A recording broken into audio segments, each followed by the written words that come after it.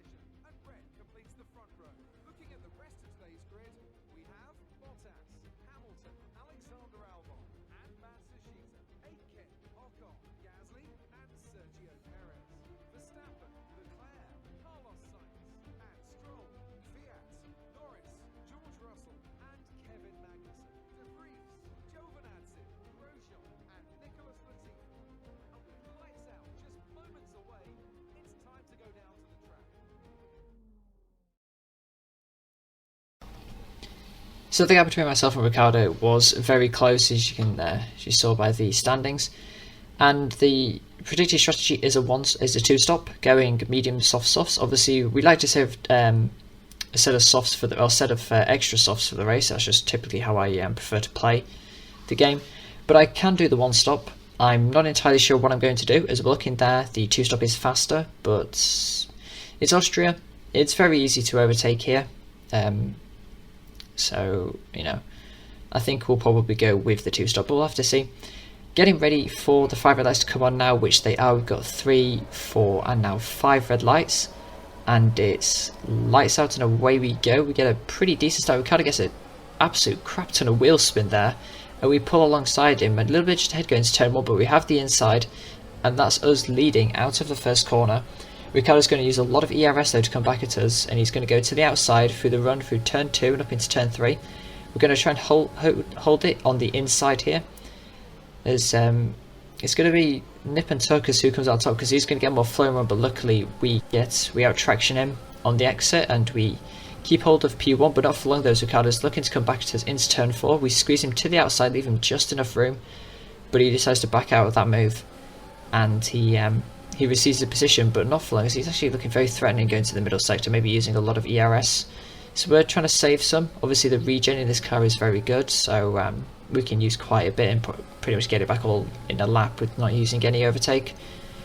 As we got to lap 7 now, and nothing much really happened. Ricciardo had a few peaks, that was it, but we get a massive tank snapper at the end of lap 7.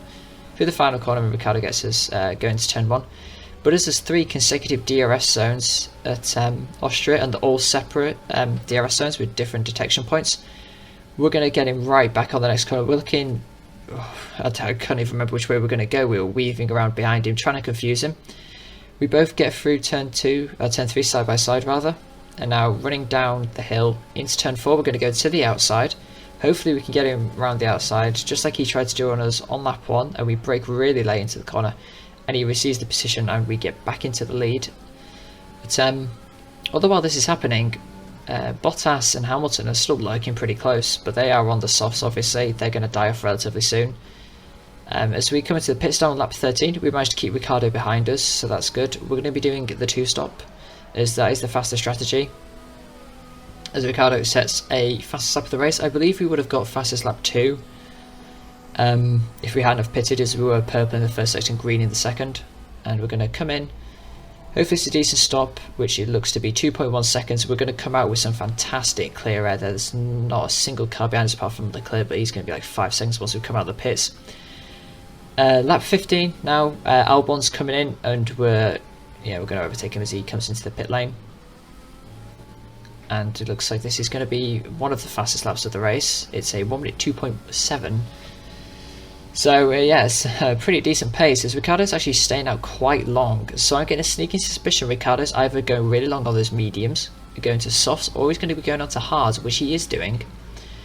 So Ricciardo doing the 1-stop, I don't know what to make of that actually, because as you can see, he was on fresh tyres as we actually pick up a 3-second penalty, so this makes things a bit more interesting. We've got 12 laps to go, or we will when we come into the pits here. And Ricciardo's 17 seconds behind us, but we're going to re-emerge maybe 5 seconds behind him at the max. And we're going to be behind Valtteri, but we'll get past Valtteri pretty quickly. So I don't know what Ricciardo was playing at there. He stayed out far too long on the medium, so we got such a massive undercut. We literally gained 15 seconds in an undercut, pretty much. And then obviously because he was on hards, it took him, he just couldn't catch up to us at all, or use the freshness of his tyres, and because our tyres were able to stay in such good condition. We rejoined, not even behind Valtteri, we rejoined a second behind Daniel, so even with our penalty, I think we can see where this is going to go, and I think Daniel knows it too. We've got 11 laps left. We're going to overtake him as early as possible, so we can just run away off into the distance. Make sure that we get outside of 3 seconds, which we're going to easily do. We can probably do that in 2 laps as we go to the outside. He tries to come back at us. He doesn't completely let us go, but we have the more flowing run around the outside, the more natural line for that corner. And yeah, we get ahead of him, and not even DRS and overtake is going to save him. And now, lap 29, as we're starting to lap some cars, we have pulled 7 seconds on Daniel, and that gap is going to keep growing bigger every single lap. So yeah, the target I'm setting myself now is we set a new fastest lap of the race. The target I'm setting is to lap that big gaggle of cars, which you can see now going into turn 3. I want to try and get up to those and at least lap a couple of those, as we get the inside of Kvyat, and Norris also lets us go before turn 3, so very nice of him to do that. There's actually Ricciardo started to gain on us, but I guess that's probably down to me getting stuck behind lapped cars, and as you can see, yeah, he's lost time again. So I guess the traffic is making our gaps seem different to what they actually are. As coming up to the final lap now, we've caught up to the back of that cluster of cars, and I'm thinking to myself, we've got a Racing Point, a Ferrari, a McLaren and an AlphaTauri ahead. How many of those can we lap? Now, pause the video quickly here, let me know who you think we were going to lap, or to which car, and yeah, let's get on with it. So we marched past Perez here on the first straight, on the main straight, and obviously because we've got such fresher tyres, it'll be casual to club basically in one corner. He lets us go, we've got DRS and overtake, we're going to burn all of that this lap. So we've already got past 2 cars, so I'm thinking we are going to get that the Alpha Tauri. See Gasly's right up ahead there. I believe that is Science lets us go, so we get a massive snap of oversteer because we deployed our ERS, so we actually hit Science there, so that was completely my fault. I got a bit too eager, a bit too greedy on the throttle there, but luckily no one got damaged or retired or lost any places for it, so it's just a slap on the wrist for that. Gasly lets us go, so yeah, that Ferrari up ahead is looking kind of vulnerable. Maybe we can get him. There's still half a lap left, as I am pushing on very hard here. We've obviously got the win pretty much secure. This is just fun and games for us, but it doesn't look like we're actually going to get the Ferrari, unfortunately. So he's just too far ahead. And yeah, we're going to come across the line to win our 4th race in a row, and that's 4 fastest laps and 4 wins. So yeah, we're doing very well at the moment. We're extending our gap even more, another 8 points over Ricciardo.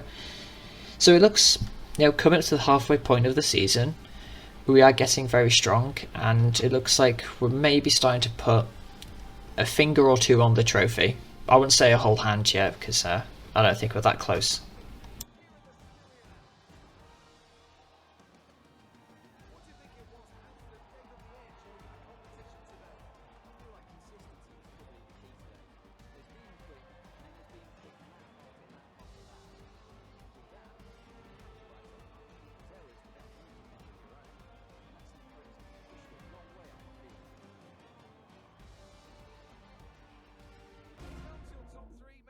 Way down to the podium for what can only be described as a fantastic day for Formula 1.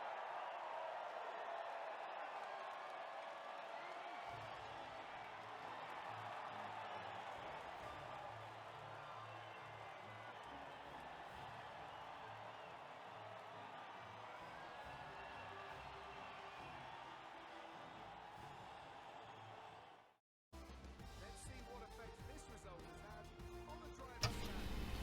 So there's the race results screen. No real standout drivers. Everyone sort of maintained position. Max did well to go from 11th to 8th. I believe he made up the most positions in that race. We lapped everyone up until Max.